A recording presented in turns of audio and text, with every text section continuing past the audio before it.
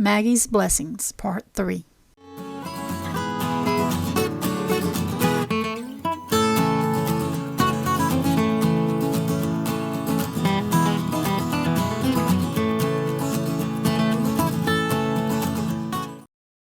Maggie sat at the table and finished reading her Bible.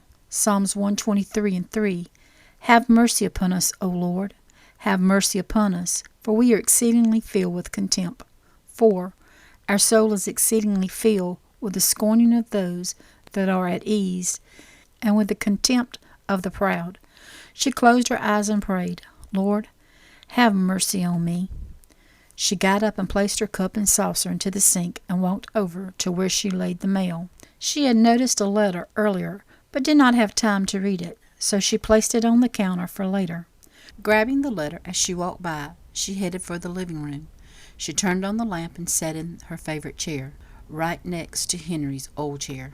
She remembered the countless hours they had spent there in those chairs, talking, reading their Bibles together, and visiting with family and friends that would stop in for one reason or another. But Maggie's favorite part of sitting in those two old chairs together was just that, being together. There was a certain contentment sitting with her Henry. Maggie looked at the letter in her hand. She did not recognize the name on the head of the letter. Mr. Trace Anderson. Opening the letter, she began to read, Dear Mrs. Henry Wilson, I pray that this letter finds you well and in good health.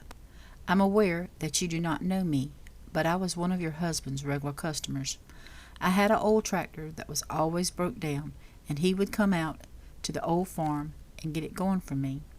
I don't know how he did it, but he always got old Bessie on her feet and a-going. Your husband was such a blessing to me, and probably never knew it. I remember having some problems with a young couple that had moved into the house across the road from me. They played loud music late into the night. I and a few of our neighbors had asked them to turn the music down at a reasonable time at night, but for spite they would just cut it up louder. I remember telling Henry about our new neighbors. The more I told him of the situation, the more upset I got. I'll never forget what Henry said. With a screwdriver in one hand and a wrench in another, he said, God don't like ugly. That's why he made me so pretty. We both had a good laugh over that, and it helped to lighten the mood. Maggie smiled as she remembered the countless times Henry had said those very words over the years. Oh, how she missed that man. Maggie continued to read. I have used that same statement over the years. It has helped me to keep a positive attitude when maybe I was getting a little upset with the situation. I tell you, Mrs. Wilson, your husband helped me to draw closer to the Lord. I'd always thought of myself as a good godly man, but that was not the case when I looked at Henry's life. The life that he lived for God made me ashamed of the life I was pretending to be living for God. I don't recall what we were talking about, but I never forget him saying, You know what old Brother James said about that, don't you? Old Brother James. I still smile at that old Brother James, as if he knew him personally. Maggie shook her head up and down. She remembered Henry saying that all the time. Reading on, she read, but what he said to me shook me to my very core. He said, You know what old Brother James said over there in the book of James, don't you? I think it is 1 and 8.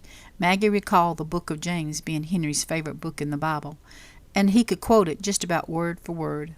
Maggie looked back down. James 1 and 8. A double-minded man is unstable in all his ways. Henry didn't know it, or at least I don't think he knew it, but I was that double-minded man. I learned right then and there that a godly man cannot play with the world and walk a godly life with God. I prayed for forgiveness that night, and God has been faithful to help me every step of the way since. My son was not saved. He was to the point that he didn't even know if he believed in God or not. I'd asked Henry countless times to help me pray for him, and I knew he did.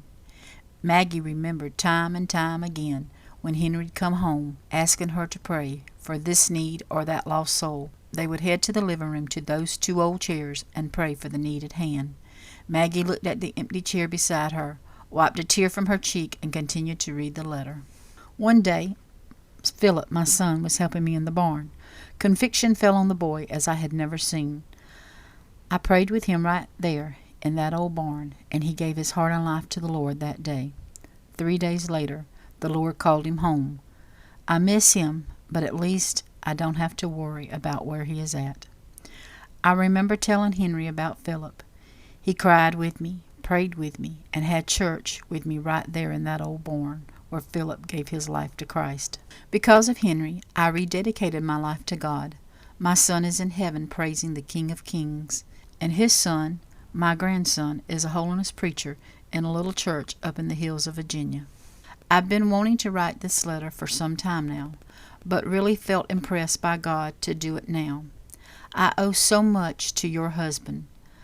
Blessings, Trace Anderson, a believer in Christ. Maggie closed her eyes and praised God for all that he had done for Brother Anderson, and for what he had done and was still doing for her. Henry's coat was home where it belonged. Maggie was still hearing after all these years how God was still using her Henry to help so many. Maggie got up, cut off the light, went into the bedroom to get ready for bed, laid down to the most peaceful sleep she had had since her Henry had went home to be with the Lord. In her sweetest of sweet dreams, she dreamed that her dear Henry placed a soft, loving kiss upon her lips. The end.